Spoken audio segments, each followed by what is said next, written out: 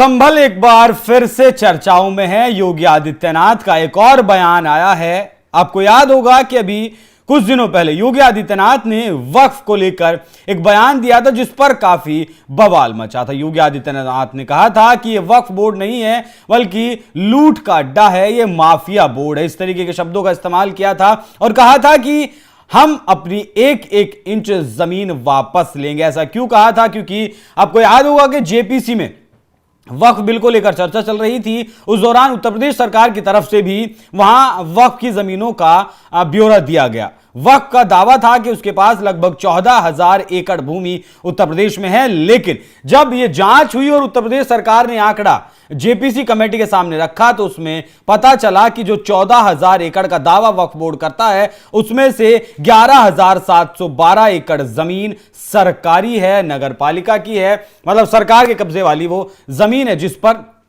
सरकार की जमीन है, वक्फ बोर्ड का कब्जा है। यह अपने आप में एक बहुत बड़ी बात निकलकर सामने आई। अब योगी आदित्यनाथ ने संभल को लेकर बयान दिया। संभल को लेकर हालांकि वो विधानसभा में भी पहले कई बयान दे चुके हैं। वो 1976 के दंगे की बात हो, 78 के दंगे की बात हो, या फिर निर्मम तरीके से जिस तरीके से 209 हिंदुओं को मारा गया उसकी बात हो, या फिर 24 नवंबर की बात हो, कहना हो कि किसी भी बेगुनाह को गिरफ्तार नहीं किया गया है और अगर इस तरीके से कोई हरकत करेगा तो उसे बख्शा भी नहीं जाएगा। अब योगी आदित्यनाथ ने कहा है कि लगभग 5,000 पहले हमारे जो वेद पुराण लिखे गए उसमें इतिहास मिलता है संभल का, और वहां पता चलता है कि भगवान विष्णु का 10वां अवतार कल्कि वहां जन्म लेने वाला है। 1400 साल पहले, 1450 साल पहले इस्लाम आया। मतलब जब इस्लाम आया उससे भी लगभग 3,500 साल पहले यह लिखा जा चुका था कि संभल में विष्णु भगवान का 10वां अवतार होना है।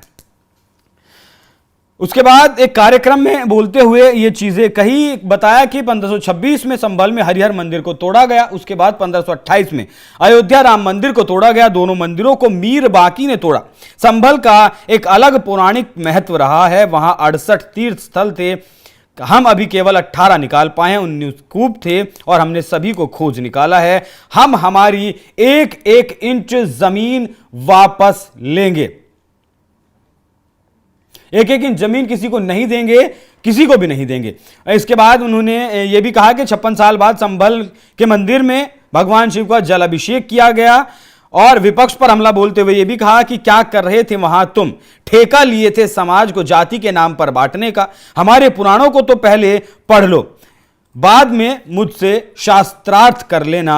इस दौरान मुख्यमंत्री से एक और सवाल किया गया जिसके जवाब में उन्होंने कहा कि अयोध्या काशी के बाद बजट में हमने मथुरा वृंदावन के लिए प्रावधान कर दिया है, काम भी शुरू हो रहा है। और इसके आगे जो मुख्यमंत्री ने कहा वो गौर करने वाली बात है। इसके बाद मुख्यमंत्री ने कहा कि जब अवसर मिले तो चूकना नहीं चाहिए। अब यहां दो चीजें निकलकर सामने आती हैं कि पहली चीज तो ये, हम अपनी एक भी इंच भूमि किसी को नहीं देंगे, और दूसरा जब भी मौका मिले उसे चूकना नहीं चाहिए। गौर ये भी करिएगा बात पर, अभी जवाब दाखिल किया है उत्तर प्रदेश सरकार ने, संभल प्रशासन ने हाई कोर्ट में, जिसमें बताया गया कि जो मस्जिद, ये जो जामा मस्जिद जिसे अब विवादित ढांचा कोर्ट ने कहा है, ना हरिहर मंदिर ना जामा मस्जिद, अब इसे विवादित ढांचा कहा जाएगा। तो इस विवादित ढांचे में जो कूप है जिस पर दावा यह किया गया मुस्लिम पक्ष की तरफ से कि ये विवादित ढांचे का ही कूप है, इस पर उत्तर प्रदेश सरकार को अपना जवाब दाखिल करना था। संभल प्रशासन ने इसमें बताया, जो कोर्ट में जवाब दाखिल किया गया वो ये किया गया कि सिर्फ कुआं ही नहीं, सिर्फ कूप ही नहीं, जो पूरी जामा मस्जिद है, जो विवादित ढांचा है, वो पूरा सरकारी जमीन पर बना हुआ है। और पहले उत्तर प्रदेश सरकार का यह जवाब कोर्ट में दाखिल करना, अब योगी आदित्यनाथ का कहना कि हम अपनी एक इंच भी जमीन किसी को नहीं देंगे और मौका जब मिले तो उसे चूकना नहीं चाहिए। होली का त्योहार है। संभल में लगातार कानून व्यवस्था और ज्यादा चुस्त दुरुस्त हो रही है। मस्जिदों को ढका जा रहा है जिससे उस पर रंग ना पड़े। हिंदू मुस्लिम दोनों समुदाय के लोगों ने बैठकर ये डिसीजन लिया, निर्णय लिया, और पहली बार नहीं, इससे पहले भी लगातार माह दशकों से इस तरह होली के दौरान मस्जिदों को ढकने का काम होता आया है। तो योगी आदित्यनाथ ने एक कार्यक्रम में बोलते हुए ये बयान दिए। अब देखना दिलचस्प होगा कि जिस तरीके से संभल में कार्रवाई चल रही है वो जिला अदालत हो, हाई कोर्ट हो या फिर सुप्रीम कोर्ट हो, जिस तेजी से सुनवाई चल रही है उसमें उम्मीद है कि फैसला जल्दी ही आएगा कि क्या कुछ इसमें निकलकर सामने आता है। लेकिन योगी आदित्यनाथ के इस बयान ने सुर्खियां फिलहाल बटोर ली। बाकी योगी आदित्यनाथ के इस बयान पर आपकी क्या राय है, कमेंट कर में जरूर बताइएगा। नमस्कार।